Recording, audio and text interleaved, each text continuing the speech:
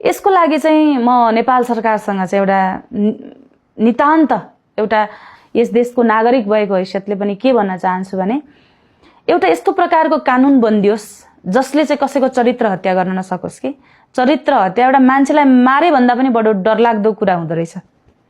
बुझ्नु पनि मान्छेको मृत्यु भयो भने त बरु मरिहाल्छ, उसलाई जलाइदिन्छन्, सिद्धिँदो रहेछ, तर उसले त यो समाजमा बाँच्नु छ नि त, फेरि यो समाजमा चल्नु छ नि त। र उस भन्दा पनि त्यो व्यक्तिले त आफूलाई सम्हाल्न सक्ला रे, तर ऊ भन्दा पछाडि एउटा संस्था पनि छ, हजारौं बालबालिकाको अनुहार छ, हजारौं महिलाहरू छन्, कति दुखी पीडितहरू छन्, र उसको परिवार पनि त छ। ती म जस्ता त अरू पनि त छन् नि। म एउटा विधामा छु होला, तर म जस्ता अन्य विधामा भएका विशिष्ट व्यक्तित्वहरूलाई भोलि यस्तै प्रहार पर्दा के अवस्था आउँछ? सबै मान्छे सम्हालिन्छन् भन्ने छैन नि त, हो कि होइन? एकजनाको माताले पनि विष सेवन गरेको पनि मैले देखिरहेको थिएँ।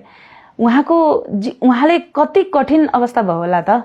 चरित्र हत्या नगरौँ न कसैको पनि भन्ने लाग्छ होला उहाँमा पनि।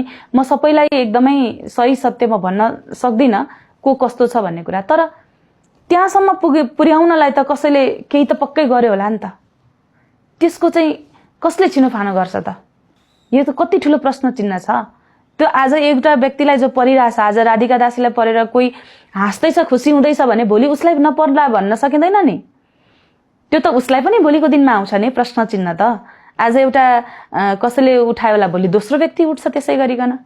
तर त्यही भएर चाहिँ यस्ता भ्रामक कुराहरूलाई चाहिँ बिना प्रमाण, बिना आधार बाहिर बजारमा ल्याउनु चाहिँ एकदमै गलत हो। ल ठिक छ, उहाँसँग प्रमाण छ भने त कानुनी उपचार पनि त छ, कानुनी तरिकाले लिएर जानुस् न अगाडि।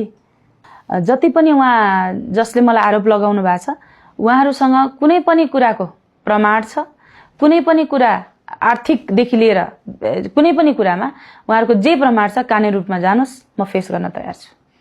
अच्छा, यसैबीच एउटा